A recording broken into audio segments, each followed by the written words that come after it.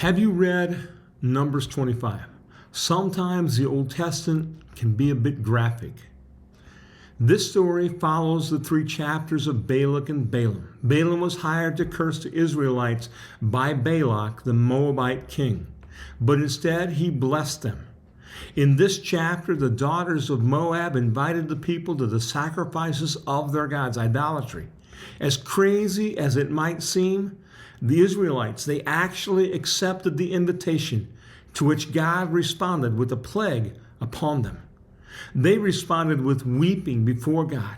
While at least Moses was at the door of the tent of meeting, it's not quite clear that they're at the tent of meeting in their doorway.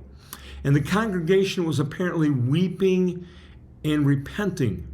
One of the sons of Israel, not sitting down in the crowd, not at the tent of meeting door, one of the sons of Israel brought a Midianite woman, one who had enticed them to follow these idols. He brought that Midianite woman to the tent of his relatives. He was not repenting. He was not weeping. Instead, he was determined to continue the sin that angered God.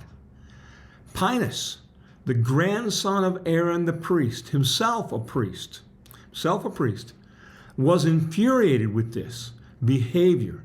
Phinehas, jumps up from the congregation, grabs a spear, marches rapidly, maybe runs to the tent, and then thrusts the spear through both the man and the woman.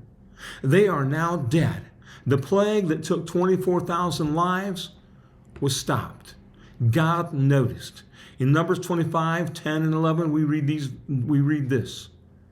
And the Lord said to Moses, Phinehas, the son of Eleazar, son of Aaron, the priest, has turned back my wrath from the people of Israel, in that he was jealous with my jealousy among them, so that I did not consume the people of Israel in my jealousy.